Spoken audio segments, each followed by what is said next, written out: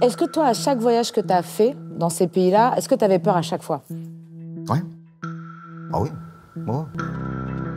Les trafiquants, les criminels de là-bas, les voleurs, les petits nanas, et même les gens, tout ça, ils s'implantent des os humains sous la peau.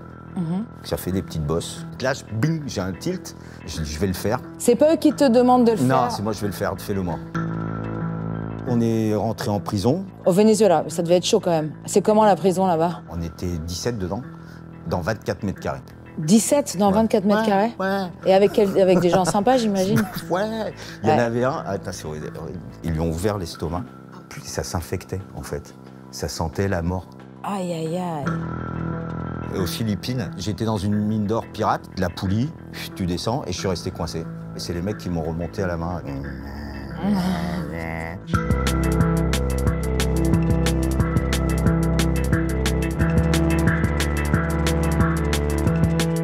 Bonjour et bienvenue sur Press Room. Sur cette chaîne, des journalistes vous dévoilent les coulisses de leurs enquêtes. Ils révèlent comment ils font pour obtenir des interviews exclusives et aussi leurs petits secrets de tournage et même parfois leurs galères. Aujourd'hui, on reçoit Sébastien Pérez Pezzani. C'est un reporter, aventurier, voyageur de l'extrême, un peu dingue. Son truc, c'est de se plonger dans les milieux les plus dangereux de la planète. Ça peut être des prisons ultra violentes en Amérique latine, des bidonvilles explosifs aux Philippines ou des territoires contrôlés par des gangs au Salvador. Dans cet épisode, Sébastien va nous raconter pourquoi il s'est fait arrêter au Venezuela, qui lui a implanté un os humain sous la peau en Argentine et les aventures incroyables qui lui sont arrivées hors caméra, celles qu'on ne voit jamais à l'écran. Alors si vous aimez le grand reportage, abonnez-vous, likez, commentez et surtout activez la cloche pour ne pas manquer les prochains épisodes. On a besoin de vous pour continuer à faire ces interviews. Ça tourne avec Sébastien Pérez Pezzani.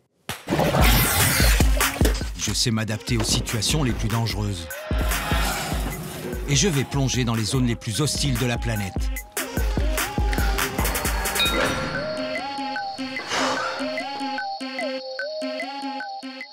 Salut. Sébastien, Salut. merci beaucoup d'être avec nous. Est-ce que tu peux commencer par te présenter d'abord? Je m'appelle Sébastien Pérez Pezzani. Je suis né en Uruguay. Je suis arrivé à l'âge de 7 ans en France parce que ma mère, elle a été recherchée par toutes les polices du sud de l'Amérique du Sud, Uruguay, Argentine, Chili et Brésil, parce elle a été militante d'extrême gauche. Et donc, au moment des dictatures, elle a été recherchée. Donc, on s'est échappé clandestinement et on est arrivé en France en 79, à Lyon. J'ai grandi, on est arrivé dans un foyer avec tous les Chiliens, tous les militants et tout ça qui étaient là. Et après, de fil en aiguille, j'ai fait des études à Lyon, et puis j'ai fait des études de cinéma, et puis après, je suis devenu monteur, et après, réalisateur de documentaires. Alors, le concept de ton émission, c'est d'aller dans les pays les plus dangereux de la planète. J'aime bien. T'as fait quoi, en gros? Quel pays? J'ai fait Mexique, Salvador, Venezuela, Colombie, Argentine, à Rosario aussi, c'est... Ouais. C'est chaud. C'est quand même une semaine dans un bidonville contrôlé par les dealers. Donc déjà, est-ce que c'est facile de filmer là-bas? T'as un fixeur qui contacte un mec local qui te dit « Ouais, avec moi, tu vas rentrer partout, je les connais tous. » Tu peux expliquer ce que c'est qu'un fixeur vite fait? Un fixeur, c'est quelqu'un qui fait le lien entre moi, venant de France, et les quartiers où on ne peut pas aller. Tu t'aperçois quand tu arrives, en fait, que non. Il connaît personne. Le mec, c'est une truffe. Ah ouais, d'accord, merde. Ouais, t'es le mec qui te discute, ouais, avant, j'étais un brigand, machin. Et à chaque fois qu'on fait un pas, il baisse la caméra, il me dit, je dis, oh, attends, tu m'as dit que tu les connaissais tous et que je pouvais filmer.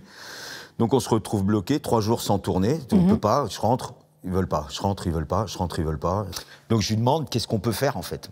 Ouais. Et elle me dit, les trafiquants, les criminels de là-bas, les voleurs, les petits nanas, et même les gens. Tout ça, les femmes de voleurs aussi, parce qu'il y a une femme qui fait ça, ils s'implantent des os humains sous la peau, ça fait des petites bosses, et c'est pour se protéger de la police. Mais c'est... De la police, ouais, d'accord. C'est-à-dire, cet os humain, donc ils les trouvent, je sais pas, il y a un trafic, alors ils les trouvent, machin, et c'est souvent, et ce qui est le mieux, en fait, il y a un os humain normal, mais le mieux, c'est quand t'as un humain qui s'est fait tuer par la police.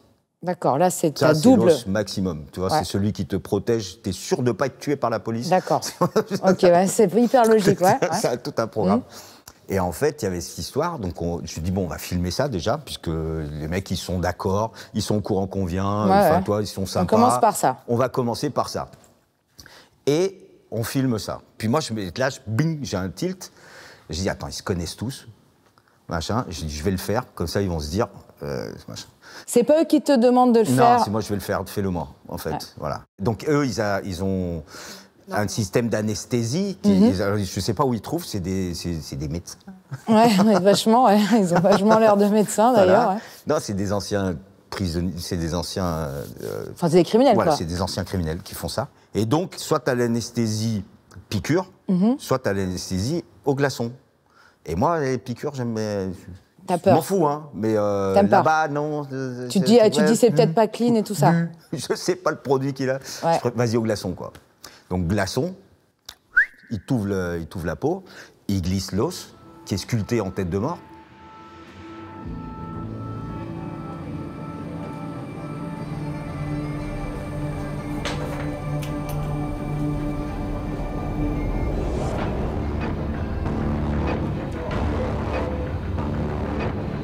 Ézéchiel glisse l'os sous ma peau.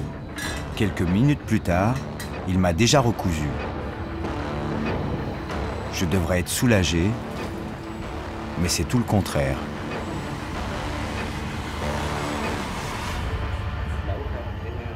Je suis tombé dans les pommes. 3 minutes. Et c'est quoi, en fait, tu penses? Je sais pas. J'ai vu noir à un moment. Le truc, c'est qu'est-ce que je suis en train de faire? Ouais, on le voit dans l'image. Ouais. Donc tout ça, en fait, pour en revenir à cette histoire, c'est que tout ça, c'était... Et du coup, j'ai pu filmer dans le quartier. Parce qu'ils se sont dit... Il est taré. Voilà, il a du cran. Ça va. Il a du cran. Il est comme nous. Ouais. Donc, ouais. Donc, en fait, tu as été obligé d'aller... Des fois, tu es quand même obligé d'aller super loin pour pour te faire accepter, fois, en fait. Oui. Et tu l'as toujours? Non. Il est où? Je serais tout le temps dans les pommes. Le mec. Ouais, j'étais dans l'avion, je suis retombé dans les pommes. Il est où? Pourquoi tu l'as enlevé? Je l'ai dans un petit fiole. Ah, je l'ai pas amené, putain, dommage. Je l'avais avec moi. Bah ouais. Un petit fiole. Tu l'as enlevé? Comment ça s'est passé? En fait, j'ai pris des vacances après ce documentaire. Des vraies vacances ou t'es allé dans un bidonville? Non, j'étais à La Réunion. Au Salvador. Ah, ouais, ok. Des vraies vacances. Non, à l'île Maurice. Ouais. L'île Maurice. Ouais. Sur la plage. Ouais. Machin, toc tac, je fais le con, bouée, machin, de l'eau et tout ça. Et puis à un moment, j'étais avec des copains qui disent, t'as un truc là qui dépasse. Et t'avais l'os qui était sorti comme ça. Ah ouais? Ouais. Tout seul. Bah avec l'eau de mer, machin, la cicatrisation, tu vois, le glaçon, il avait serré la peau, enfin, il avait tendu la peau. Le mec m'a recousu avec la peau tendue. Après, c'était mal fait. Et, tac, avec infecté, quoi. Donc j'étais à l'hôpital. Et quand même. Voilà. Et ils te l'ont enlevé. Et ils me l'ont enlevé. Le médecin, il m'a vu arriver, il me dit, je vous connais, vous. Vous faites des trucs bizarres dans les pays. Hein. Non, tu peux m'enlever l'os que j'ai sous la peau. Non, je suis pas du tout bizarre. Et j'ai dit, bah si, justement, parce que là, j'ai un problème, là. Et regarde, pourquoi je suis pas surpris? Ouais. Donc, voilà. C'est le truc le plus extrême que t'aies fait? Ouais. Ah, quand même, ouais. Enfin, non, il y a le puits, aussi, ça, le truc aux Philippines. Tu peux juste nous le dire vite fait? En fait, j'étais dans une mine d'or pirate, un truc illégal, une mine d'or illégale, où les mecs faisaient des trous de 50 mètres au fond pour aller chercher de l'or, quoi. Un petit trou? Ouais. Un tout petit trou où tu rentres comme ça, t'es sérieux? Donc, la poulie, tu descends et je suis resté coincé.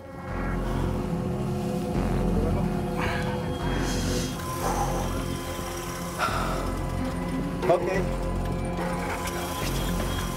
L'oxygène manque dès les premiers mètres.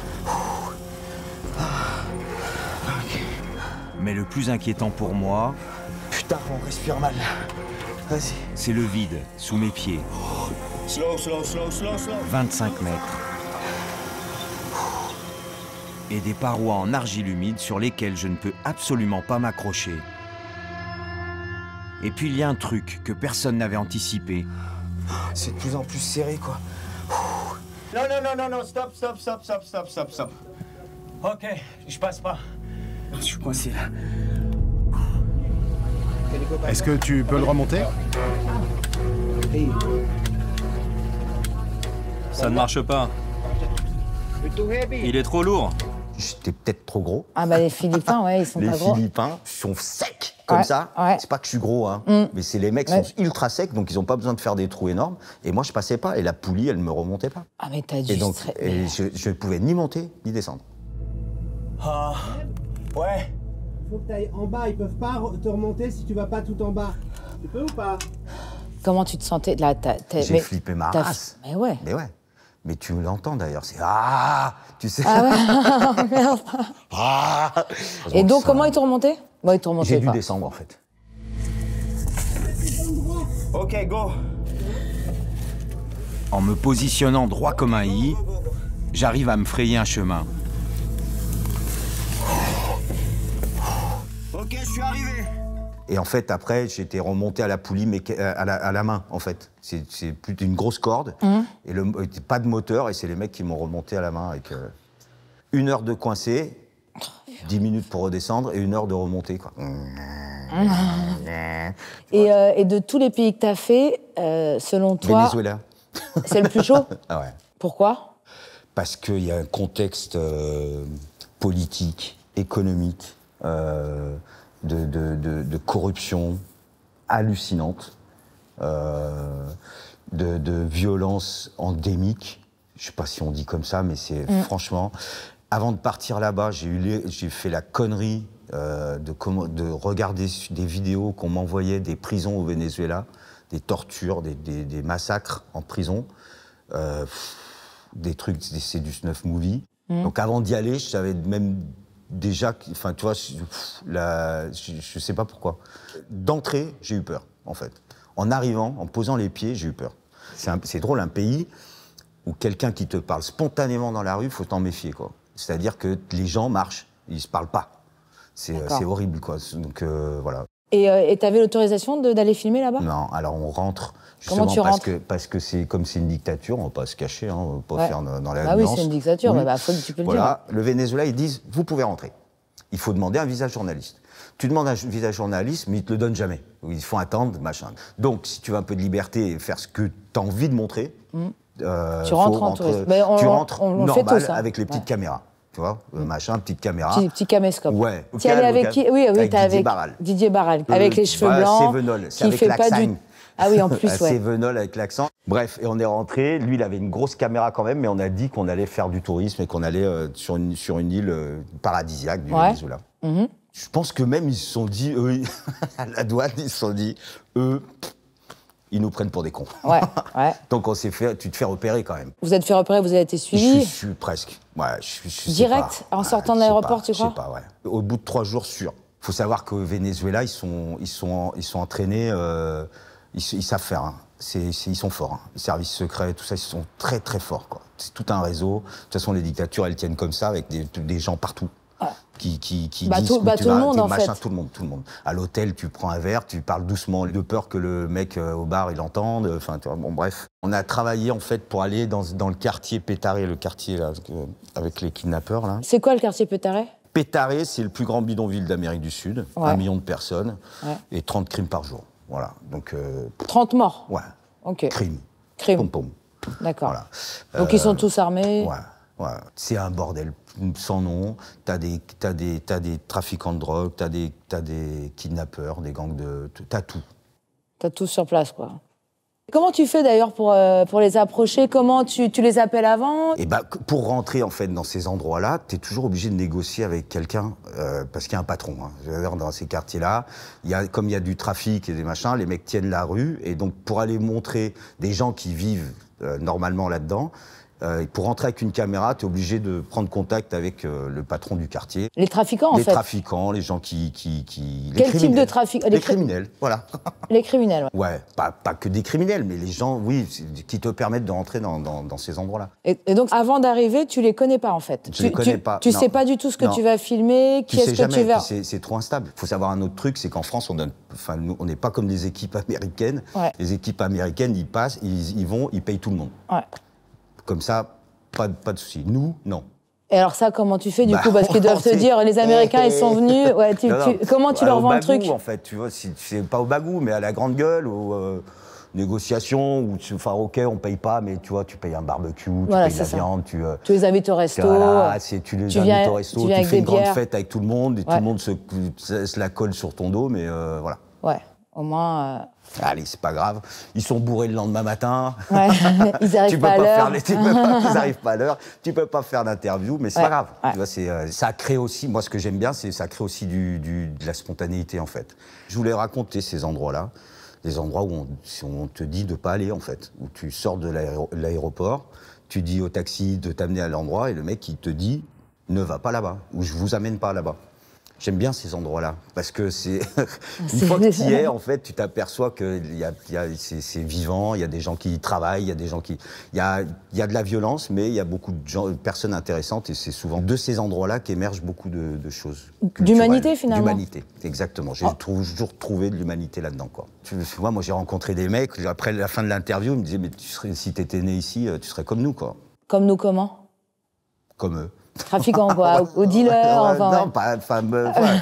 pas... chercher... je sais pas ce qu'il voulait dire, j'ai pas compris. T'as pas compris, tu veux pas le dire? Ça va, je sais pas. Entre je les sais deux, pas. quoi. Et donc, pour rentrer dans ce truc, le fixeur que j'avais, pareil, il disait « Ouais, moi j'y vais pas, Ouais. j'ai peur, machin, il faut qu'on prenne quelqu'un d'autre. » Donc, un deuxième fixeur, il nous présente des mecs qui font des kidnappings et qui m'expliquent comment ils procèdent. Et comment déjà, comment tu les as convaincus de cesser filmer et comment t'as fait pour pas te faire kidnapper, toi? Alors, je sais toujours pas pourquoi ils ont accepté d'être Ouais. filmés. Ouais. Eux, ce qu'ils veulent, c'est montrer au quartier qu'il y a une télé étrangère. Française, ouais. C'est nous les patrons, quoi. D'accord. Et donc après, derrière, il dit, tout le monde sait qu'il y a une télé étrangère française Ouais, quand même. qui est venue les interviewer. Et donc ça fait ça les fait monter en importance. En hiérarchie, quoi. Ouais, quoi. en hiérarchie, ouais. Et donc, comment t'as fait pour être sûr qu'ils allaient pas te kidnapper, toi? Parce que vous étiez des je sais proies pas. idéales. Tu peux pas savoir. Tu peux pas savoir. Et nous, quand on est monté dans le quartier, donc on part en moto avec les mototaxis qui habitent dans le quartier, donc ils connaissent. Ouais. Et à un moment, ils s'arrêtent. J'étais avec Didier, il avait une autre moto. Et à un moment, ils s'arrêtent et ils disent on va changer de véhicule et ils nous font rentrer dans un fourgon? un fourgon. Et là, le Didier, il a dit, je sais pas ce qu'il voulait faire. Parce que la porte, elle se ferme, on rentre dans le fourgon, la porte, elle se ferme. Didier, il me dit, mais on va avoir des kidnappeurs. On est dans un fourgon, là, ils n'ont même pas besoin de nous taper, on est déjà, machin. Je lui dis, ok, ben, on dit quelque chose. Et il a dit, hey, caca, j'ai envie de faire caca. Hop, ils nous ont sortis du fourgon, on a repris les motos et tout ça. On a eu de la chance. Bref, on arrive au kidnappeur. Et puis bah, après, ça se fait presque... Du coup, c'est même presque... bonjour. Et, ils ont mis leur masque. Comment s'organise un kidnapping? On étudie la personne qu'on veut kidnapper pendant plusieurs jours. On regarde où elle vit, où elle travaille. Tu surveilles la personne? On est plusieurs à la surveiller. Quand on sent que c'est le bon moment, on prépare tout. On s'y met à plusieurs et on l'emmène, et on l'enferme pour de bon. Il y en avait un, il a un masque à gaz, on comprenait pas Ah ce qu'il oui, disait. oui, ça quoi. c'est drôle. Oui. Il y en a un, il met un masque à gaz, on n'entend rien. On aurait dit. Il n'avait pas pensé. Il met un masque, oui, c'est vrai que c'est drôle. Pourquoi ça. tu mets un masque à gaz, quoi? Excuse-moi, mais on t'entend pas avec ce truc. On comprend rien à ce que tu dis. Et on les séquestre. T'as compris? Moi, je reste 2 heures avec eux, donc des fois, ils se mettent à fumer des joints, machin, tu vois. Et qu'est-ce que tu fais dans ces cas-là, justement, quand tu t'en proposes? Non, moi, je bois d'une bière, je leur demande une bière ou tout ça. Mais ça les vexe pas? Est-ce que justement, Non, parfois, non, s'ils te demandent... Non, Non, faut pas tricher, en fait. Le truc, c'est qu'il faut pas faire croire que tu fumes un joint. Moi, je fume pas, donc si je fume un joint, je deviens parano. Ouais. Enfin, c'est pas la situation. Ouais, vaut mieux pas, là, vaut mieux éviter. C'est pas le moment. Ouais. Et non, et puis faut mieux être comme t'es. Enfin, tu vois, faut pas tricher. Si t'es un mec, un bourgeois du 16e et que tu vas les voir, tu triches pas, quoi. Faut pas faire le mec qui a des expressions qui, ouais, tu sais, ouais, yo frérot. Non. Non. Si tu triches, ça se voit, en fait. Donc toi, quand tu as une interview comme ça, tu vas rester avec eux avant, tu vas discuter, tu vas boire des coups et tout ça. Boire des coups, on reste un Ça, peu. c'est ta je les ai technique. vus sans masque. Ouais. Je les ai vus, on se présente, salut, machin. Mais machin, mettez les masques, je reviens avec Didier. Ouais, avec le caméraman, ouais. Qui a envie de faire caca. Ouais. Et que vous avez laissé sortir du fourgon. Bah, c'était une bonne technique. Ouais, ouais, bah tu vois, ça a marché, quoi. Mais donc Didier, il est rigolo parce qu'il, enfin, pareil, t'as le caméraman. Heureusement qu'il comprend pas, donc on se moque un peu de lui. En plus, c'est le blanc, c'est le sol blanc. Ça permet, tu vois, tu désamorces. De détendre. Ouais, tu jettes tout sur le caméraman. Qui comprend rien, c'est dégueulasse. Qui rigole à des blagues. Tu sais. Et donc avec moi, il m'a dit, c'est la première fois que je vais en prison. Alors oui, voilà. De ma vie. C'est ça, donc ça s'est mal fini, hein, Venezuela. Raconte, alors, qu'est-ce qui s'est passé? Donc on fait un peu le tour du pays. Moi, on est parti 3 jours aussi à la frontière avec la Colombie. J'ai montré, en fait, le trafic. Ce que je voulais filmer, c'était le trafic d'essence. Parce que l'essence, comme le Venezuela est un pays producteur de pétrole, ça coûte rien au Venezuela. Et c'est 1 € le litre en Colombie. Donc c'est simple, tu passes 3000 litres par jour, tu as 3000 €. C'est aussi rentable que la cocaïne et c'est parfait. Sauf que pour passer la frontière, il faut passer les douanes. Et en fait, moi j'ai filmé tout ce qui était la corruption, les douanes, tout ce qui prenait à tout le monde. Et quand on finit le tournage, je rentre à Caracas. J'ai dit, c'est bon, il faut partir, quoi. J'ai dit, là, j'appelle la production, on part maintenant. L'instinct, des fois, c'est fort. Toujours, attends, c'est ce qui est le plus important. Et on passe la douane, on arrive, on va pour rentrer dans l'avion. Et il y a la Sébine, donc les services secrets qui viennent nous voir, moi et Didier. Et ils disent, non, vous partez pas ni avec votre caméra, ni avec vos images, ni rien, machin, tac, tac, c'est terminé. Vous avez tourné, vous n'êtes pas allé dans votre île que vous nous avez dit, là. Vous avez tourné à la frontière, vous avez tourné à Pétaré, vous avez machin, on vous a suivi, machin. Et je vois nos sacs, il y avait des militaires dans la soute, en train de prendre nos valises, quoi. Ils ouvrent mon sac, il y a des affaires de Didier dans le sac. Donc moi, je suis dit, mais il m'a pas prêté un t-shirt, lui. Ils sont dégueulasses, ces t-shirts. Et après, j'ai vu, il y avait de la cocaïne dedans, quoi. 30 grammes chacun, avec des sachets. Et vous avez mis ça dedans, quoi. Ouais. Et donc, je le regarde, je lui dis, vous faites pas ça. Il me dit, si. Le mec, ça n'a rien à foutre. Hein. Rien à foutre. Il y avait un militaire qui sautillait à côté. Il me dit, c'est de la bonne, hein, celle que vous avez passée. Je vois là, lui, il me fait peur. Et qu'est-ce que tu as ressenti à ce moment-là? Putain, j'étais inconscient, rien. Pour moi, c'était tellement gros que je lui ai dit non, c'est bon. Donc en fait, pour moi, on va vraiment prendre l'avion d'après, quoi. Donc ils t'ont mis de la cocaïne dans la valise. À moi et à Didier. Hein, en gros, tu risques quoi si tu fais ça? 8 ans. 8 ans de prison. 8 ans de prison. Et ça, tu le savais pas? Non, mais tu essaies de passer... En fait, ils nous ont mis 34 et 36, je sais plus lequel grammes. Ouais. Et à partir de 30 grammes au Venezuela, à la demande de l'Europe, comme ça, à partir de 30 grammes, tu es considéré comme trafiquant international de drogue, tu prends 8 ans ferme. D'accord. Sans possibilité de négociation, d'une caisse, c'est 8 ans ferme. Donc on est rentré en prison.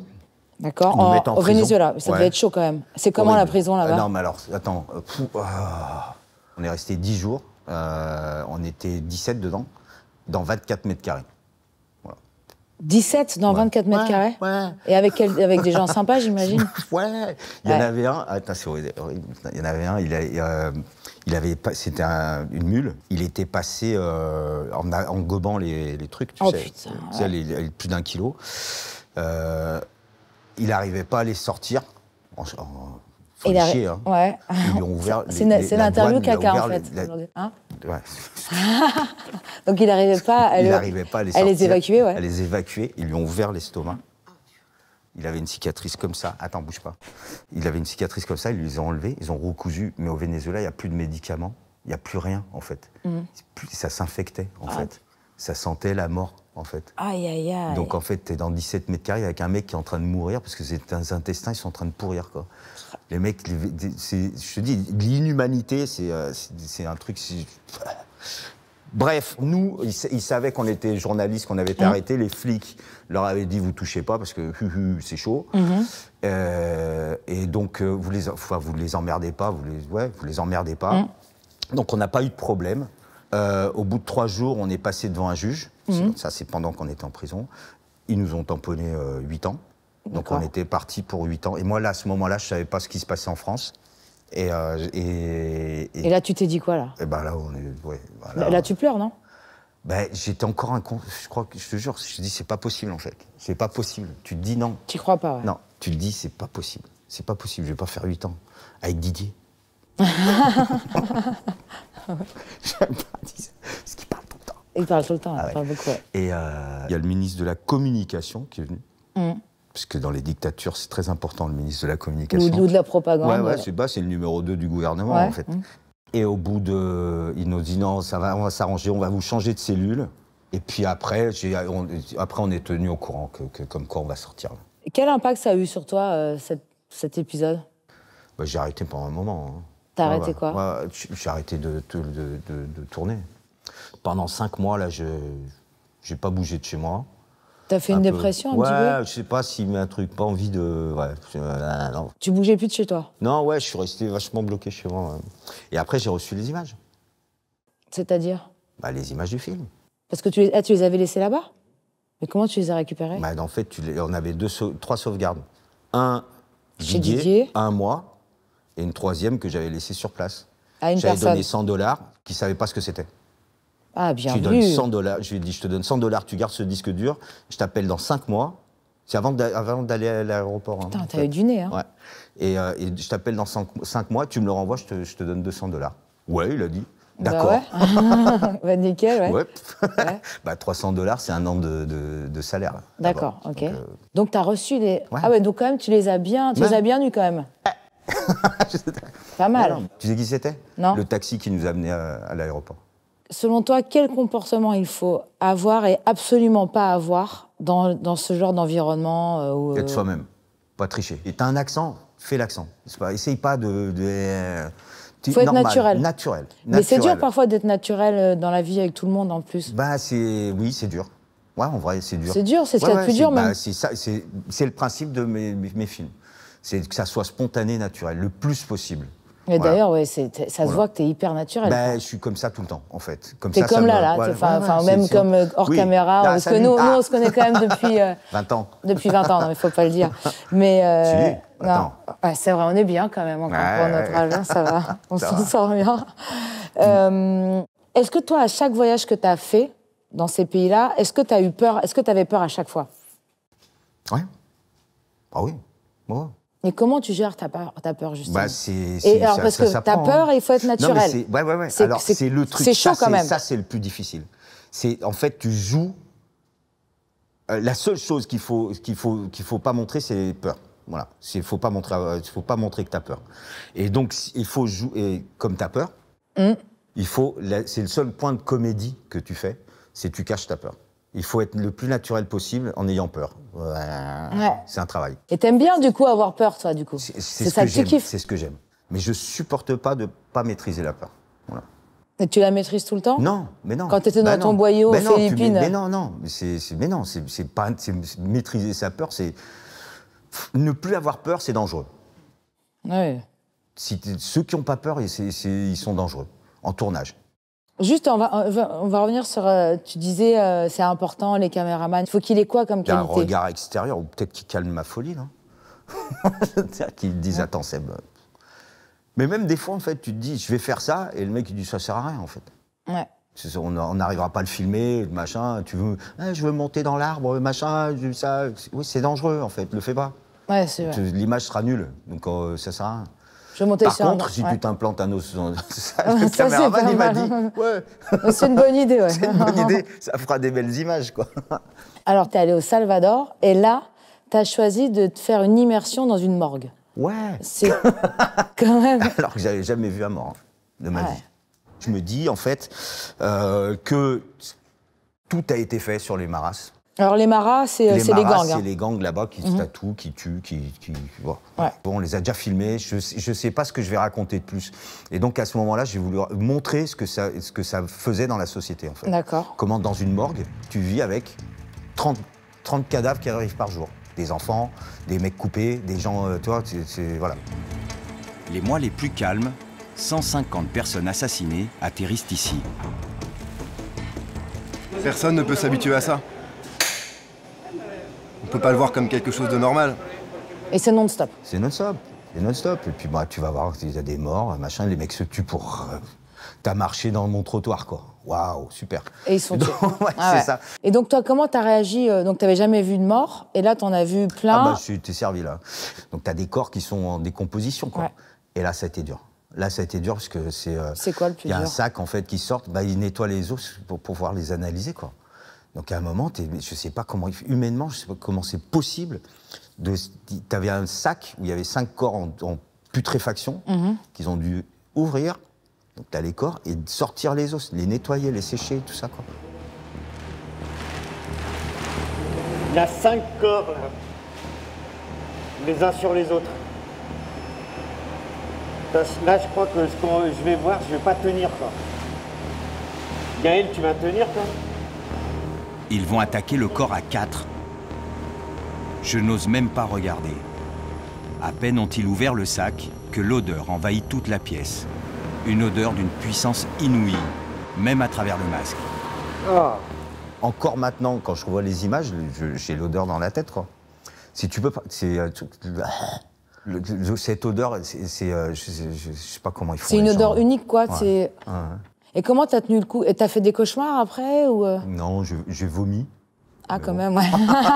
J'ai vomi. T'as vomi ce jour-là, là? Ouais. D'accord. J'ai vomi, ouais. Mais après, ouais. Non, mais même quand on rentrait à l'hôtel, on dormait dans l'hôtel, j'avais l'eau, elle reste toute la nuit, tu sais, tu dors le matin, tu te dis, oh putain, faut retourner. Et le caméraman à qui j'étais, lui il y allait, hein. Et lui, tu me disais, ouais, il a tout filmé. Lui, il a tout filmé. Je lui ai dit, moi, je peux pas, je peux même pas regarder. Et lui, il filmait tout, quoi. Je lui ai dit, non, mais les médecins, je lui dis, filme que les visages là. Je veux dire, c'est pas possible. Et donc, oui, parce que c'est immontable. Immontable. Bah, le monteur, il a vu les images, il a arrêté, il a dit, je peux pas faire ça. Et donc, je me suis mis dans une salle à côté pour faire parce que je suis monteur, pour faire un bout à bout des images qui étaient possibles et effacer toutes les autres. Il voulait pas, le monteur. Ben non, t'es avec ton truc de montage, tu tombes dessus par hasard. Ouais, c'est ça. Film d'horreur. T'as pas l'odeur, mais ouais, c'est horrible. T'as des yeux, c'est immontrable, quoi. Je me dis, bref. Encore une aventure. Encore sympa. Pourquoi on fait ça? Mais oui, pourquoi tu fais ça? Maintenant, je fais des films historiques. Ah bah c'est bien, tranquille. Sur Marie-Antoinette. Merci beaucoup Sébastien d'avoir partagé tes aventures avec nous. C'était vraiment hyper sympa. À bientôt, j'espère.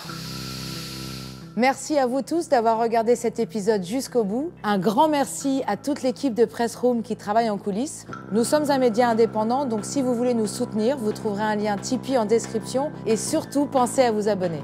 À bientôt sur Press Room.